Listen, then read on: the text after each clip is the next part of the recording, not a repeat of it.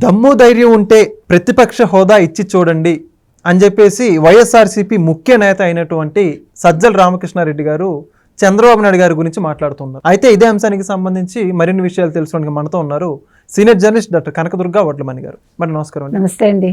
ప్రతిపక్ష హోదా ప్రస్తుతం ఆంధ్రప్రదేశ్లో ప్రతిపక్ష హోదాకి సంబంధించి పెద్ద యుద్ధమే చేస్తున్నారు వైఎస్ఆర్సీపీ కేడర్ అంతానే చెప్పుకోవాలి. ఎప్పటికప్పుడు మరి కొద్ది రోజుల్లో మనం చూసుకుంటే సెప్టెంబర్ 18 అంటే ఈ నెల 18 నుంచి ఆంధ్రప్రదేశ్ శాసనసభ అసెంబ్లీ సమావేశాలు జరగనున్నటువంటి నేపథ్యంలో మీకు దమ్ము ధైర్యం అని చెప్పేసి ఒక ముఖ్యమంత్రి గురించి సజ్జల రామకృష్ణారెడ్డి గారు మాట్లాడుతున్నారు. వైఎస్ఆర్సీపీ ముఖ్య నేత అంతే, జస్ట్ ఆయన ప్రతిపక్ష హోదా గురించి అభ్యర్థించుకుంటున్నారు.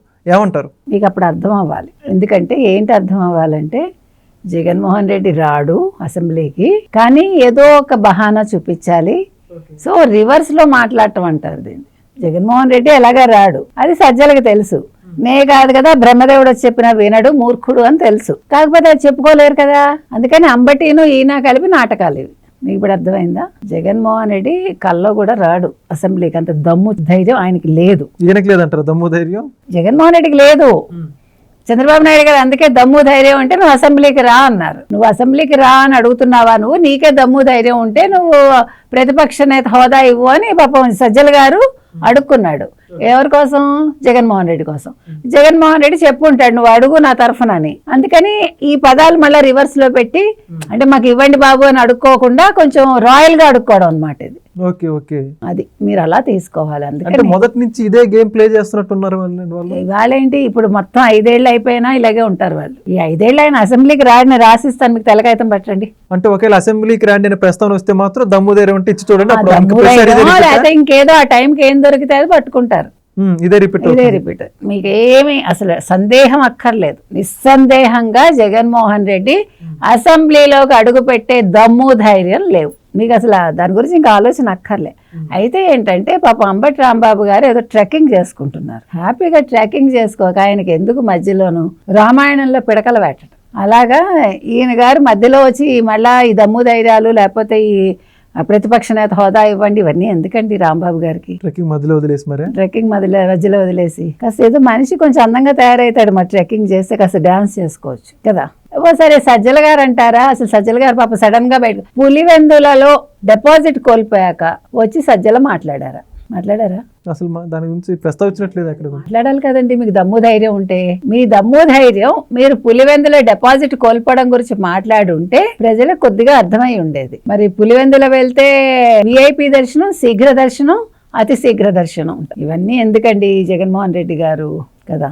ఇప్పుడు మనం చెప్పొచ్చేది ఒక్కటే, జగన్మోహన్ రెడ్డి గారు మీకు దమ్ముంటే మీరు అసెంబ్లీకి రండి. మీకు ప్రతిపక్ష నేత హోదా అయితే ఇవ్వరు. మీకు ఎక్కడ కూర్చోమంటే అక్కడ కూర్చోండి. ఏంటి ఎలాగా ఇప్పుడు మనం పులివెందుల్లో డిపాజిట్ కోల్పోయాం. పోనీ మొన్నటి వరకు అంటే నేను పులివెందుల ఎమ్మెల్యే అన్నారు.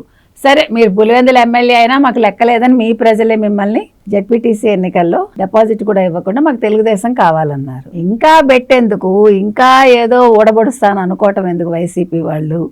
ఇవాళ సజ్జల గారు వచ్చి ఇలా మాట్లాడటం ఎందుకు పాపం?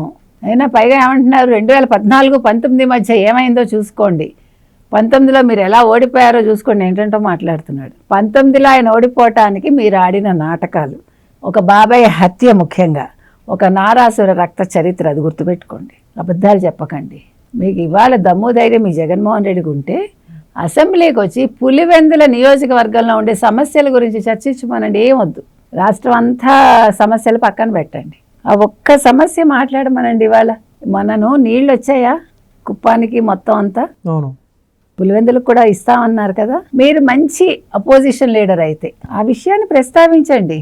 తెలుగుదేశం ఇచ్చింది చాలా సంతోషం, పులివెందులకు కూడా ఇస్తే బాగుంటుంది. మా హయాంలో ఇవి చేయలేకపోయాము, మేము చాలా అనుకున్నాము కానీ చేయలేకపోయాము అని చెప్పమానండి. ప్రజలు సంతోషిస్తారు. అట్లీస్ట్ నిజాయితీగా ఒప్పుకున్నారు జగన్మోహన్ రెడ్డి గారు అని. అప్పుడు మీ పులివెందుల ప్రజలు ఏమంటారంటే, చంద్రబాబు నాయుడు గారు మమ్మల్ని కొంచెం మా తరఫున ఆలోచించి మా జగన్మోహన్ రెడ్డి గారికి ప్రతిపక్ష నేత హోదా ఇచ్చేసేయండి, మా మొహాలు చూసని అడుగుతారు. అంతేగాని సజ్జలు వచ్చి దమ్ము ధైర్యం ఉందా మాకు ఇచ్చేసేయండి అంటే ఇచ్చేస్తారా? మీరు గతంలో ఏమన్నారు? మీ జగన్మోహన్ రెడ్డి ఒక్క 5గురిని ఇట్లా లాక్కుంటే మీ పరిస్థితి ఏంటి అన్నాడు. మరి ఇవాళ మీ పరిస్థితి ఏంటి? ప్రజలే లాక్కున్నారు.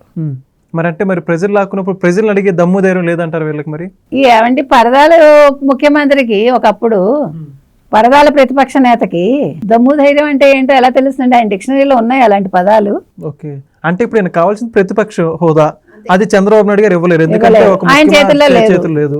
మరి ప్రజల దగ్గర సాధ్యం అవుతుంది అది. మరి ప్రజలు ఎందుకని అడగలేకపోతున్నారు మరి?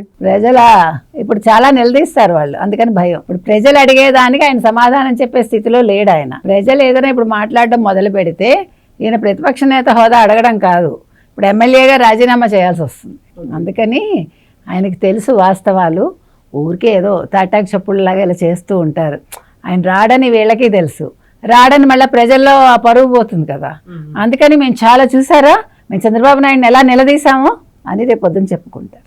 అందుకోసం ఈ మాటలన్నీ. కాబట్టి ఇవన్నీ మనం పట్టించుకోక్కర్లా. మీకు అర్థమైంది కదా.